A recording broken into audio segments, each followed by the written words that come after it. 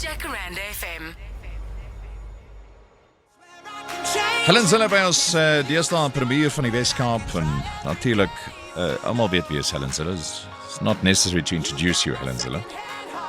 Well, Rian, it's lovely to be here in Midrand. I can't believe what this place looks like. It was open felt when I was growing up not far from here. Ah, whoa. So I haven't been here in a while.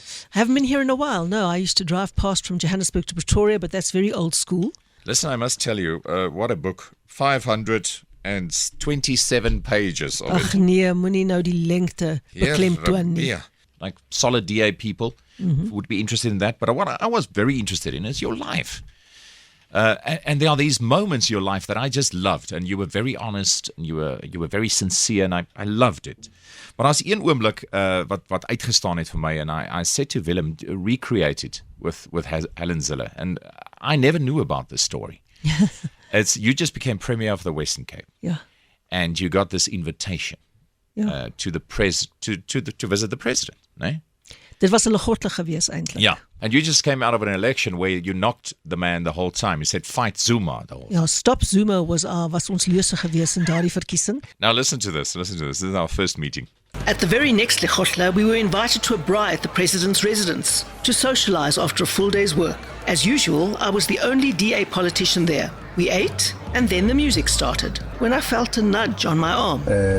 I turned to see President Zuma, who with a small, chivalrous nod of his famous head, asked me to dance. Relax, he laughed. I will steer you. Within seconds, I realized what an accomplished ballroom dancer he was. How's that for a story? That is the kind of stories we want to know. We want to hear these things. Would you ever think? My word. You know what the nice thing is? Shortly after that, you said to your husband Johan, you said he treats me better than the DP people.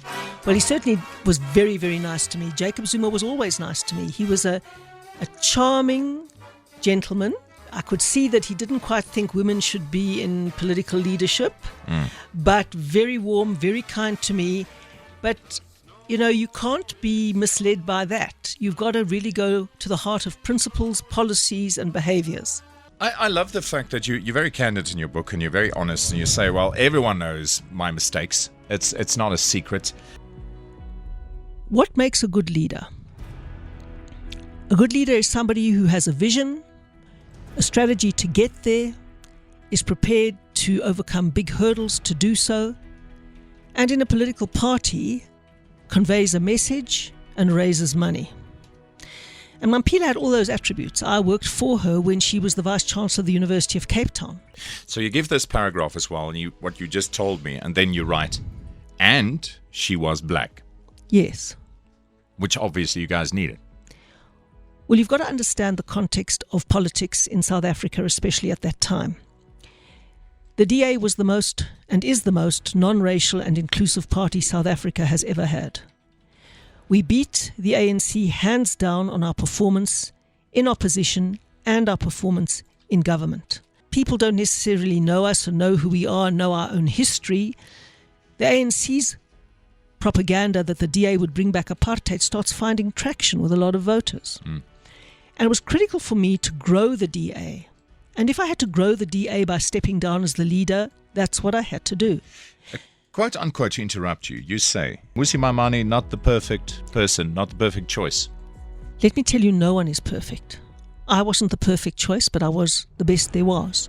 No one is perfect. I mean, look at the candidates for the American presidency. People grow into leadership. I wasn't anywhere close to the perfect candidate when I became the leader of the DA. I had a few attributes that added value to the DA over time. And Mmusi had the best attributes by far and the best combination of attributes. And he's grown into the leadership, in my view, spectacularly. But for instance, Mmusi Maimane is no Steve Biko. Now, who was Steve Biko? How do you know who Steve Biko was? And how do you know what kind of a leader Steve Biko would have made? Apparently incredible. Well, apparently. But, people are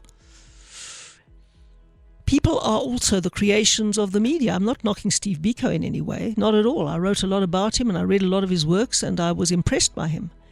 But who would ever have thought that leaders that started off so well became so corrupt in the end? I mean, you can't say until power influences a person. And as they say, and I really believe this, power doesn't change who you are, it reveals who you are. Well So said. until people are in power, you don't know what they're going to be like. Jacaranda FM.